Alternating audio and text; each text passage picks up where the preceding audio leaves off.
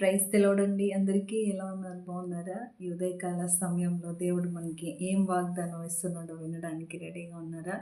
కలిసి చదువుకుందామా? బైబిల్ గ్రంథంలో నుంచి కీర్తనలు 105వ కీర్తన 3వ వచనం చదువుతున్నాను. మీరు కూడా నాతో పాటు కలిసి చదవండి. ఈ ఉదయకాల సమయంలో దేవుని వాగ్దానాన్ని మనందరం రిసీవ్ చేసుకుందాం, స్వతంత్రించుకుందాం. చదువుతున్నాను. ఆయన పరిశుద్ధ నామమును బట్టి అతిశయించుడి.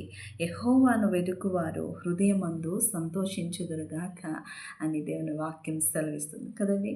ఆయన పరిశుద్ధ నామమును బట్టి మనం అందరం అతిశయించాలంట. మన దేవుడు పరిశుద్ధుడు కదా, ఆయన నామం పరిశుద్ధమైనది.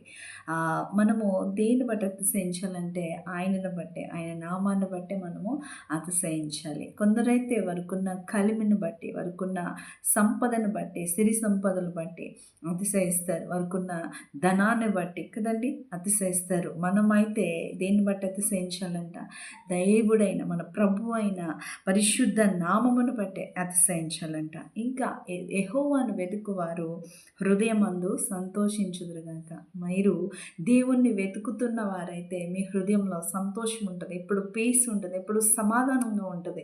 అలాంటి ఒక నూతనమైన సంతోషం, సమాధానాన్ని దేవుడు మన హృదయంలో ఇస్తాడనమాట. ఏమి ఉన్నా లేకపోయినా మన హృదయంలో ఎప్పుడు సంతోషం, సమాధానం దేవుడు మనకిస్తాడు. ఎవరికి?